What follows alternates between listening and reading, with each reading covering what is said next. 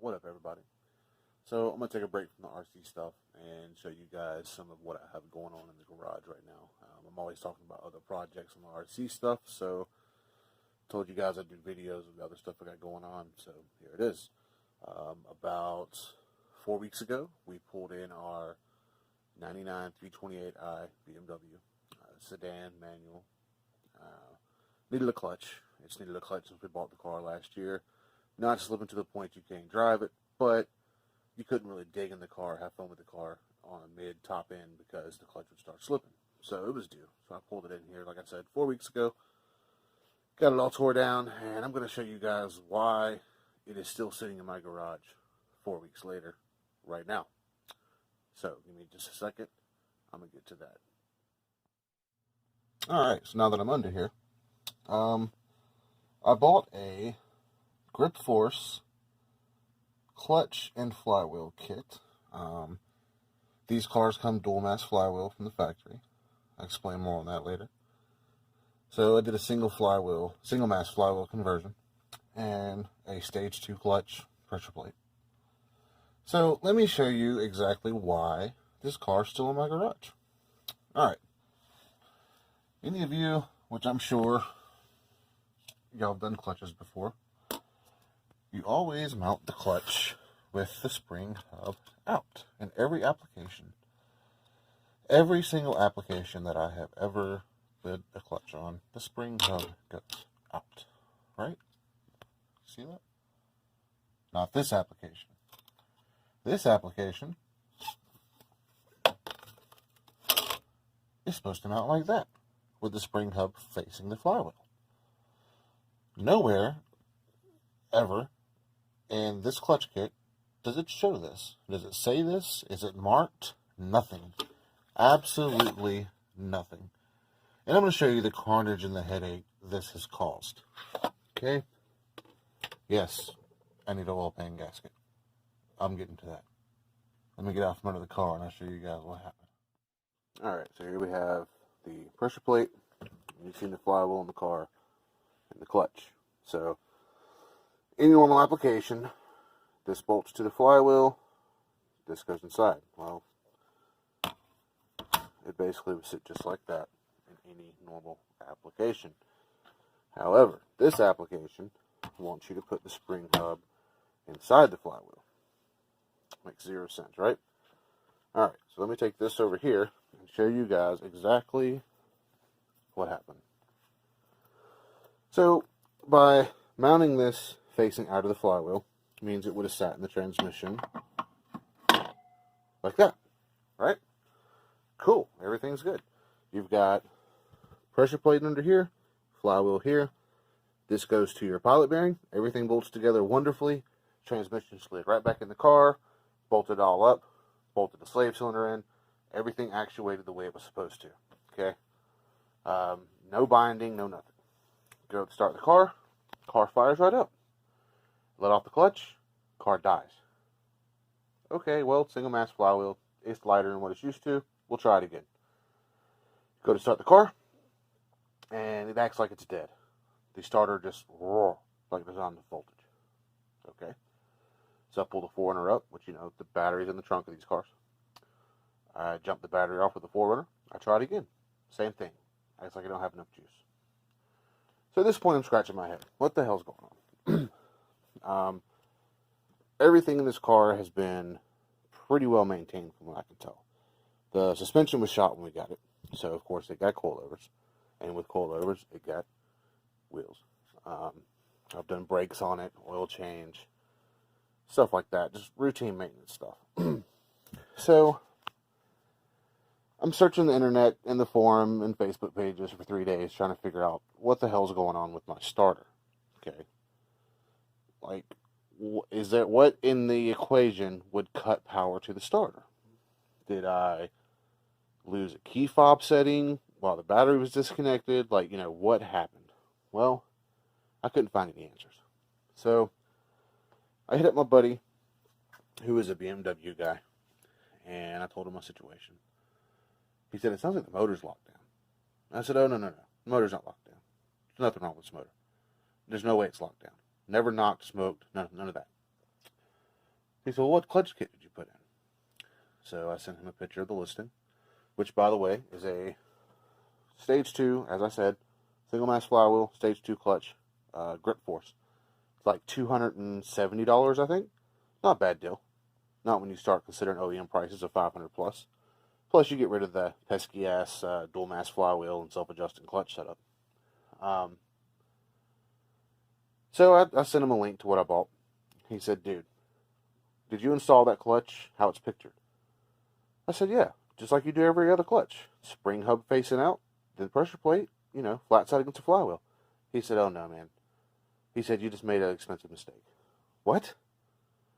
No, there's no way I'm one of these idiots that installed this clutch plate backwards, because it is a common thing in the Beamer world for E46s and E36s going to a single mass flywheel conversion.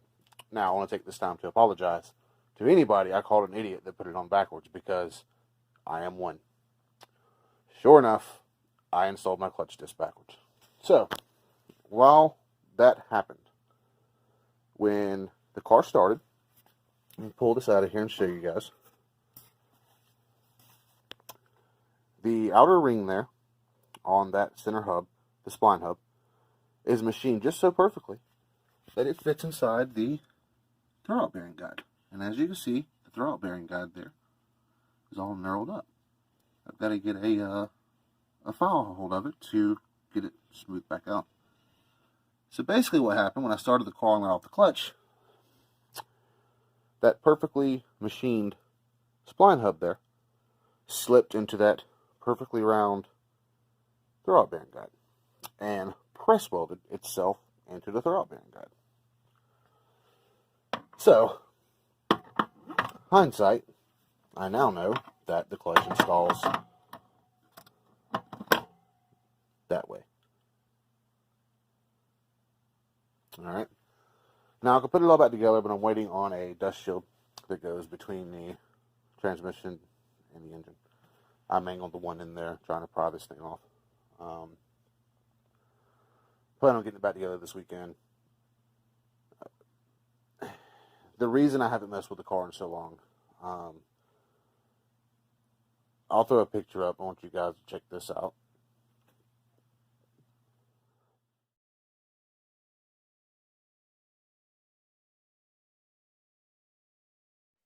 Yeah, that's what you thought you just seen. That is that transmission with the bell housing cut off of it. So the guy that initially told me what was wrong, he's a local BMW mechanic, very knowledgeable dude, said in the situation he encountered, they had to drop the engine and subframe out of the car and cut the bell housing to get the transmission off the car.